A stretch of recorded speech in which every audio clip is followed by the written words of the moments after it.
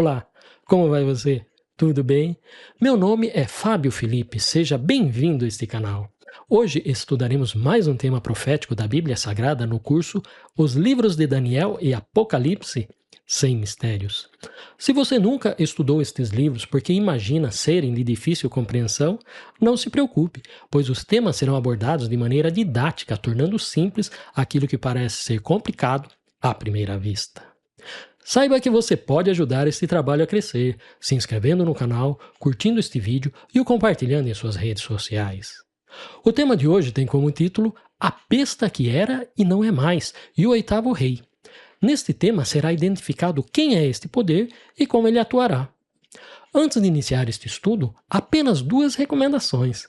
Se esta é a primeira lição que você está vendo, assista às lições anteriores desta série neste canal. Assim você conhecerá os outros assuntos que já foram tratados. E para esta lição, leia no livro do Apocalipse o capítulo 17. Assim você estará informado do que será analisado neste vídeo. O final do tempo do fim. Na lição passada, estudamos o simbolismo dos espíritos e demônios operadores de sinais, trazendo para a nossa realidade que Satanás irá assumir o controle de três grandes instituições do nosso tempo para, por meio delas, se dirigir aos reis do mundo inteiro num último golpe contra os aliados do Deus do céu aqui na Terra. Felizmente, como já foi aqui mencionado, esta será a última tentativa de Satanás em tentar assumir o controle da humanidade, levando a todos quanto puder numa escala global a se rebelarem contra Deus e sua lei, no particular contra aqueles que guardam os mandamentos de Deus e a fé em Jesus, os que para ele são seus maiores inimigos. Você já deve ter notado que o Apocalipse prevê para o final do tempo do fim a maior luta de todos os tempos contra a obediência à palavra de Deus. As profecias apontam que todas as pessoas serão levadas a tomar uma decisão em favor ou contra a verdade. No entanto, muitas nesta trama serão enganadas por recusarem a se desligar do mal, seja na forma do apego à tradição, compromissos com instituições, perda de status ou riquezas. Enfim, a escolha da vida eterna exigirá de cada um uma decisão inteligente que terá um custo. Apocalipse capítulos 13 e 17, no capítulo 7 de Daniel. Para uma compreensão objetiva de Apocalipse 17, será preciso identificar alguns símbolos e o tempo profético exato a que este capítulo se refere. Vamos a eles. Um dos 7 anjos que tinham as 7 taças veio e falou comigo, dizendo: Venha! Vou lhe mostrar o julgamento da grande prostituta que está sentada sobre muitas águas. Os reis da terra se prostituíram com ela, e os que habitam na terra se embriagaram com o vinho da sua prostituição. A mulher estava vestida de púrpura e de escarlate, enfeitada com ouro, pedras preciosas e pérolas, tendo na mão um cálice de ouro transbordante de abominações e das imundícias da sua prostituição. Então vi a mulher embriagada com o sangue dos santos e com o sangue das testemunhas de Jesus.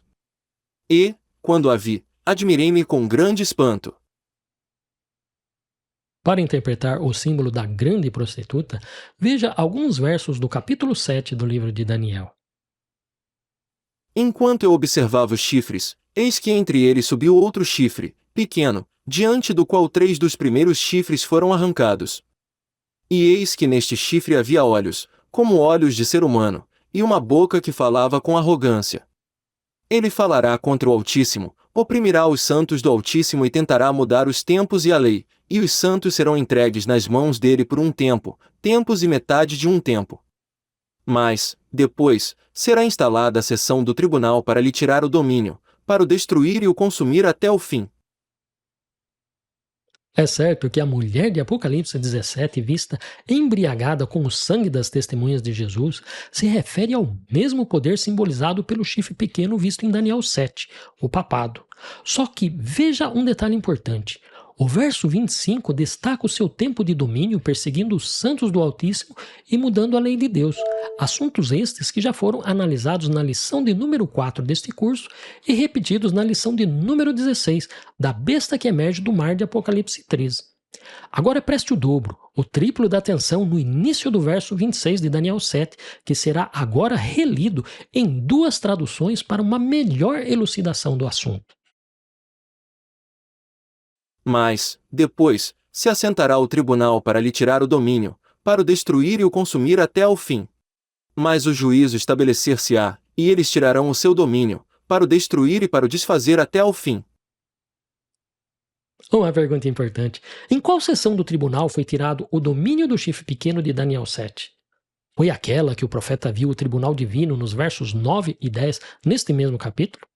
Não se assuste com a resposta que te darei. É óbvio que não. Na lição 17 deste curso foi visto que no ano de 1798, o general Berthier entrou em Roma, proclamou a República Romana e depôs o pontífice, findando assim o domínio de 1260 anos do papado. Note ainda que os feitos e domínio do chifre pequeno de Daniel 7:25 é repetido e ampliado em Apocalipse 13 na besta que emerge do mar. E depois o julgamento do chifre pequeno de Daniel 7, verso 26 é repetido e ampliado no julgamento da mulher, a grande prostituta de Apocalipse 17. Logo, já confirmamos o momento profético deste capítulo, após o ano de 1798 d.C., e temos alguns símbolos interpretados. A mente que tem sabedoria. Uma vez feita a conexão com Daniel 7, verso 26, e identificado o símbolo da grande prostituta de Apocalipse 17, veja novos símbolos deste capítulo. Um dos 7 anjos que tinham as 7 taças veio e falou comigo, dizendo: Venha! Vou-lhe mostrar o julgamento da grande prostituta que está sentada sobre muitas águas. O anjo me transportou, no espírito, a um deserto, e vi uma mulher montada numa besta escarlate, besta repleta de nomes de blasfêmia, com 7 cabeças e 10 chifres. Note que a grande prostituta é vista num deserto montada numa besta. Deserto aqui tem a mesma conotação de lugar de Apocalipse 12, verso 14. No entanto, é uma contrafação. Enquanto ali a mulher, símbolo da Igreja de Deus, é sustentada fora do alcance da serpente, aqui a grande prostituta está montada em um poder de cor escarlate, que em outras palavras é tão maligno e sujo quanto ela, e que a coloca em evidência como se tivessem os mesmos interesses. Veja a explicação feita pelo anjo sobre esta besta que leva a mulher. O anjo, porém, me disse: Por que você ficou admirado? Vou-lhe explicar o mistério da mulher e da besta que tem as 7 cabeças e os 10 chifres e que leva a mulher. A besta que você viu era e não é mais, está para emergir do abismo, e caminha para a destruição. E aqueles que habitam sobre a terra, cujos nomes não foram escritos no livro da vida desde a fundação do mundo, se admirarão, vendo a besta que era e não é mais, mas tornará a aparecer. Veja aqui que a ênfase está em admirar a mulher e a besta que a leva. Mas o anjo repreendeu a João, pois admirar ambas significa não ser escrito no livro da vida. Uma maneira de dizer que os que estiverem a elas ligados neste período profético estarão perdidos. Mas observe um detalhe importante sobre a besta. Ela era e não é mais, mas tornará a aparecer. Logo, pela descrição, este poder passa por 3 fases distintas. Veja mais informações a este respeito no Apocalipse. Aqui está a mente que tem sabedoria. As 7 cabeças são 7 montes, nos quais a mulher está sentada. São também 7 reis, dos quais 5 caíram, um existe e o outro ainda não chegou. E, quando chegar, tem de durar pouco tempo. E a besta, que era e não é mais, é também o 8º rei, mas faz parte dos 7, e caminha para a destruição. Embora a princípio pareça que com estes versos tenha aumentado a dificuldade na interpretação, em realidade tornaram mais fácil. A chave que abre a interpretação desta profecia está no já mencionado capítulo 7 de Daniel. Preste muita atenção no que vou dizer, pois se não entender este ponto, não entenderá o restante, e nisto consiste a mente que tem sabedoria. Enquanto Daniel 2 apresenta a sucessão de 4 reinos na terra e um 5º reino dividido até o estabelecimento do reino de Deus, em Daniel 7 é apresentado a sucessão em importância de 6. Sim, exatamente 6, e não 4 ou 5 como geralmente se entende numa primeira análise.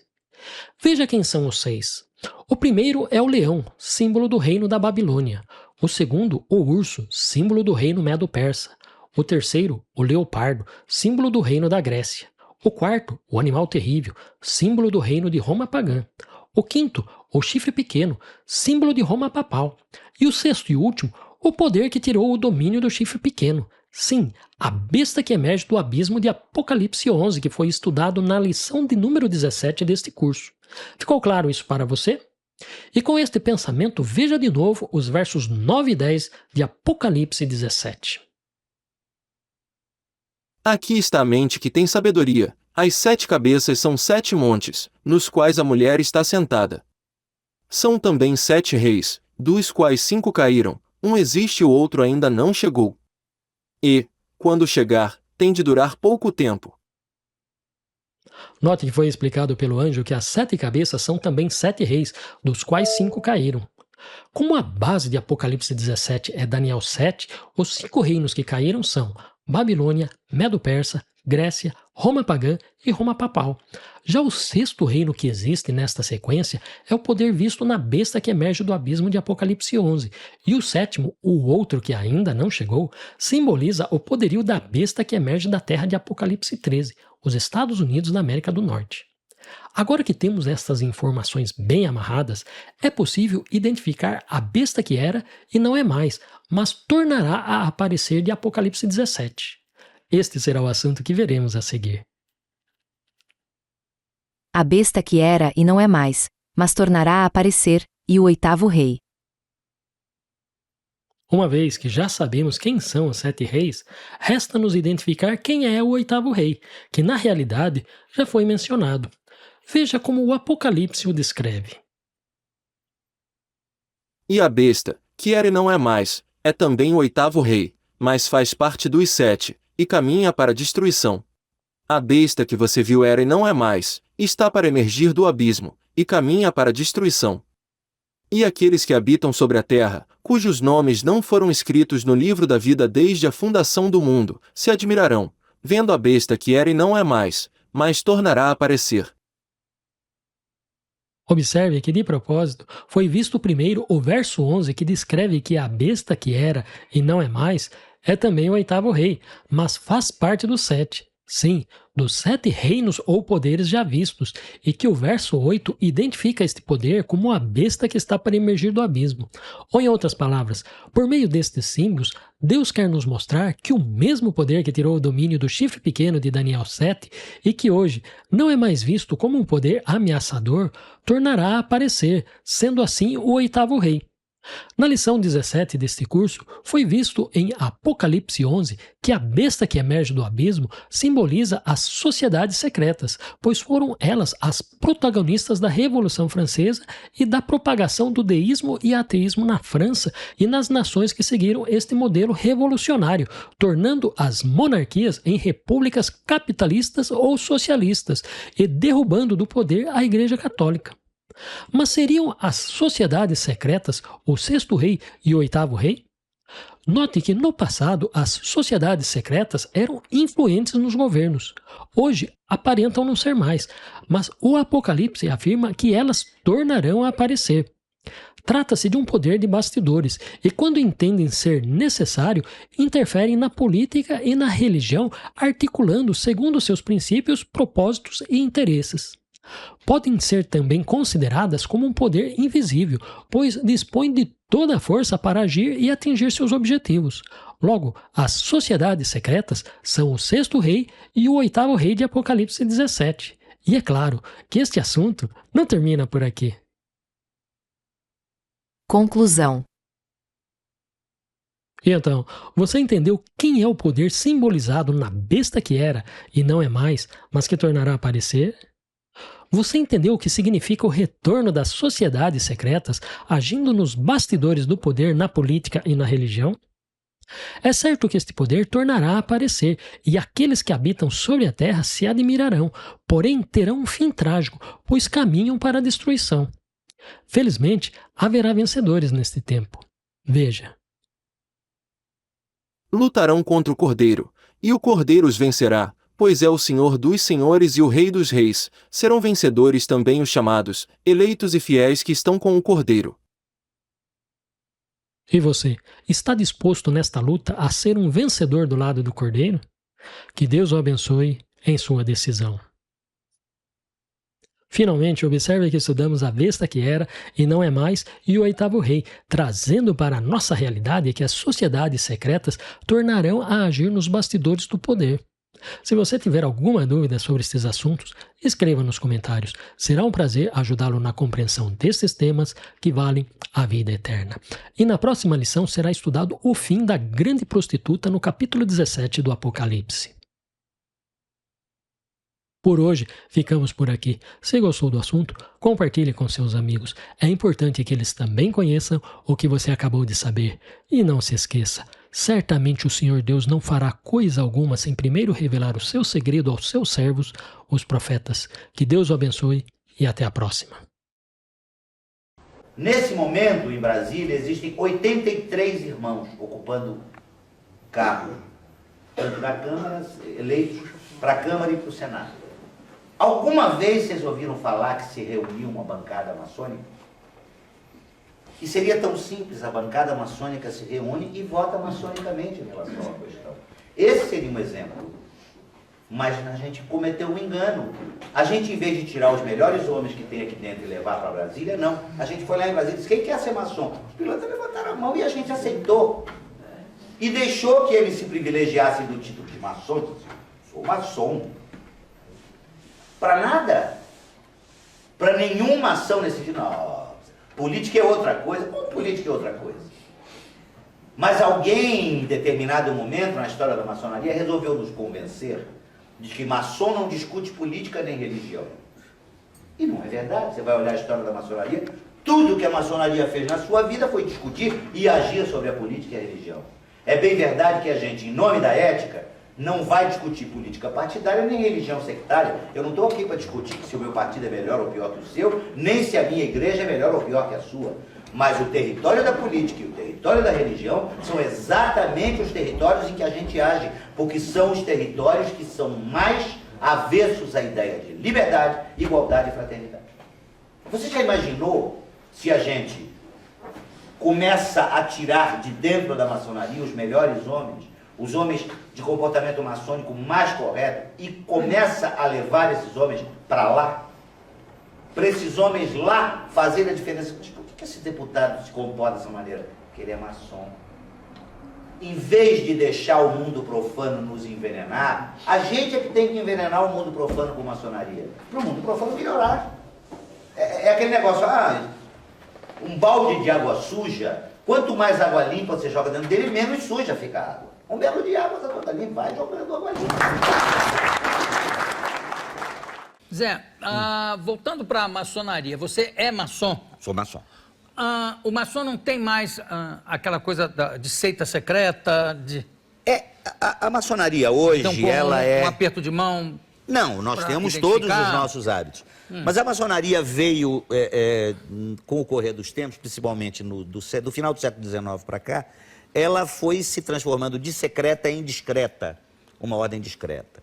Eu, pessoalmente, acho que a maçonaria tinha muito mais ação, muito mais penetração quando ela era uma ordem secreta, como ela tem sido na maior parte da sua história. Tem uma coisa da maçonaria americana que, a partir da década de 30 do século XX, a meu ver, criou uma influência deletéria muito grande na maçonaria, porque acabou se tornando uma maçonaria muito materialista, muito poderosa, muito rica, muito de fazer grandes obras, de ter grande poder, de muita influência, mas o mergulho interno que cada homem tem que fazer, que é realmente o grande trabalho da maçonaria, quer dizer, a construção do templo interior, a maçonaria americana virou não um faz. Rotary, digamos. Exatamente, é parecido com Rotary.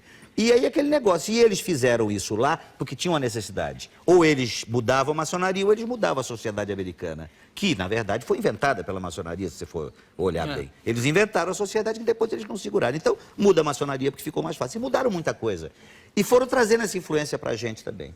Agora, o Brasil também foi inventado pela maçonaria, se você olhar bem. Nós fomos inventados pelas ideias maçônicas, já na Conjuração Mineira e logo depois na Independência.